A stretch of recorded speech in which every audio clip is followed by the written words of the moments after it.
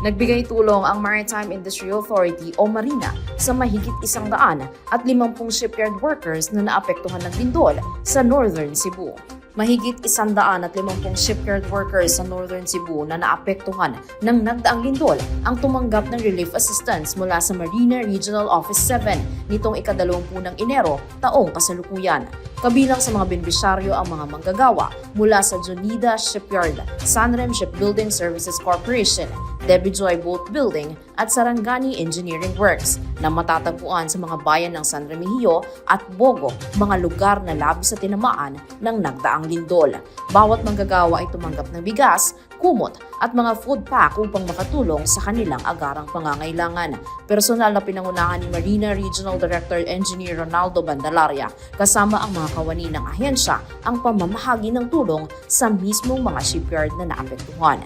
Ang mga relief goods ay nagmula mismo sa voluntaryo at sama-samang kontribusyon ng mga kawani ng Marina mula sa Central Office sa Manila at ng Region 7. Ayon sa Marina, bahagi ito ng patuloy nitong pagsisikap na maging agaran at tumutugon sa pangangailangan ng sektor ng maritima, lalo na sa panahon ng kalamidad. Ito si Merwin Mendoza Andong para sa Marina DGTV News on Deck.